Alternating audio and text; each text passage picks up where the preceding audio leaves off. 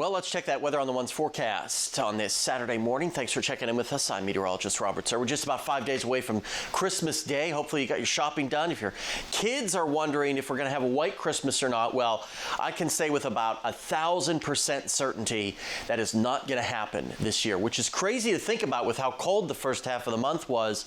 Well, now we're looking at a complete flip in our pattern the second half of the month, and we could see some of the warmest air we've ever seen on Christmas Day. These are the top 5 warmest Christmases. 4 years ago, it was into the upper 70s. We are forecasting a high of 69 for Christmas Day. That would tie us with 2019 for the 4th warmest Christmas ever. I mean, there's a chance that this number could go up as we get more model data in. On a typical Christmas, we have a high of 47. So well above average. And even past Christmas and getting close to the new year, you can see the entire region here, very strong confidence of above average temperatures. In fact, for Christmas Day, you get down into north central Texas, like Wichita Falls, those areas, they could be looking at highs flirting with 80 degrees, which is crazy. You almost never see air this warm in December.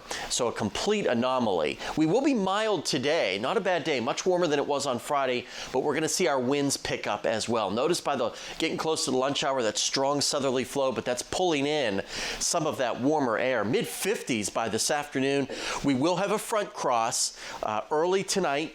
You can kind of see it here with the wind shifting back out of the north and the northwest. That will hold our temperatures in check for our Sunday, as by the lunch hour only around 40 or so, despite plenty of sunshine, as opposed to today where we'll be up near 60 with the mild and windy conditions. Winds could gust 25, 30 miles an hour or so this afternoon.